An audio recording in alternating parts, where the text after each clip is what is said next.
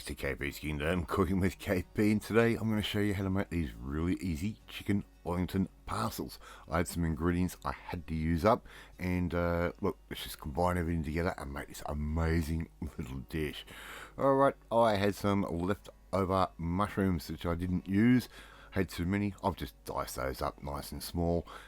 Pretty simple sort of stuff. You get a knife, you slice it and slice it again and slice it some more, and you'll end up with nice little dices like that into a food processor, and we're going to blitz that up to make it like a mushroom type crumb. Okay, as you can see, we've got quite a nice thick amount of mushroom right there. Put that into a saucepan, or in this case a nice little wok, and pretty basic sort of stuff. We had to do this in 2 batches. My food processor is not big enough, so once again, give that all a good blitzy blitz, just like that, and we're going to make this nice little mushroom crumb. As you can see, it's all starting to stick together a little bit, and all the moisture is starting to come out of those mushrooms, but it is going to be still way too wet for us to use at this point. Alright, so all I'm simply going to do is put that onto a low heat, and I can just sort of wander in and out of the kitchen and just keep an eye on it, and just let the heat get rid of all of that mushroom. I had a little bit more left over. Some Himalayan rock salt, put a little bit of that on. That's what I just had next to me, and some freshly ground black pepper. Right, just put that straight over the top, as much or little as you like of both. Just season it to taste.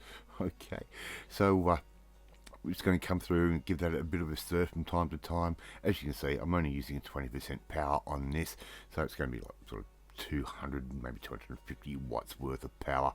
Okay, so just give it a stir from time to time. As you can see, the steam's coming off it. That means the mushrooms are releasing all of the moisture that they have had inside them.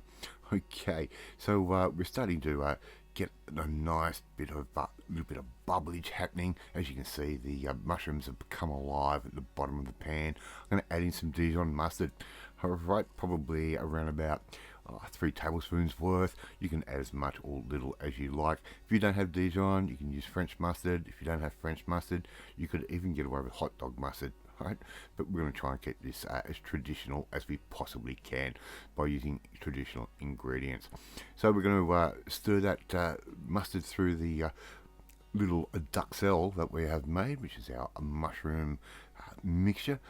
Okay, just give that a bit of a stir from time to time. I'm pretty happy with the way everything's stuck together. Had some leftover filo pastry from another recipe. If you want to see what that recipe is, hey, hit that subscribe button. Alright, I've got a thigh cutlet, chicken thigh cutlet. I'm going to put some of that beautiful rich mushroom mixture over the top, just like that. Pretty simple sort of stuff, and a slice of bacon. I always keep bacon in the freezer 24/7 all year round. And all we're simply going to do is just roll this up in the pastry, and look, if you can put 2 layers of pastry on, even better. But I had limited amount of pastry, and all I'm simply going to do is try and make sure I get any holes covered and just make up a nice little package just like that. A nice little parcel. Pretty simple. So just give it a bit of spray oil. I'm using 2 sheets on this one. A little bit of the duxelle, bacon, give it a bit of a spray and keep rolling that up. It's not going to take you very long at all. Our oven is already sitting at 180 degrees Celsius, which is our magic number for these little magic pieces. There they are, just like that.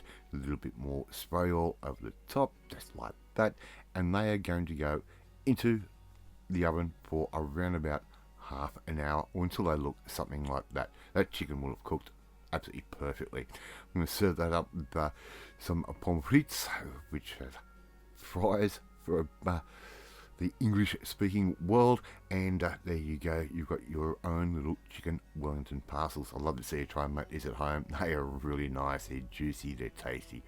Thank you so much for watching this video. Really do appreciate it. If you like this video, hit that like button. It gives me confidence to make you feel warm and fuzzy too. Don't forget to hit that notification bell. You'll be notified every time a new video goes up. And please share this video with all your friends on all platforms of social media. We are trying to get the name of KP's Kingdom out there. Don't forget to leave a comment. Love reading. Love responding to them. In the meantime, if you want to learn how to take what is like an old classic dish and just do your own thing with it, just like this one. We need to come and join the family, my family. Hit that subscribe button and you'll never miss a lot of my videos again. Okay, close up my hand and there you go. KP's Chicken Wellington Parcels. I will catch you next time. Bye.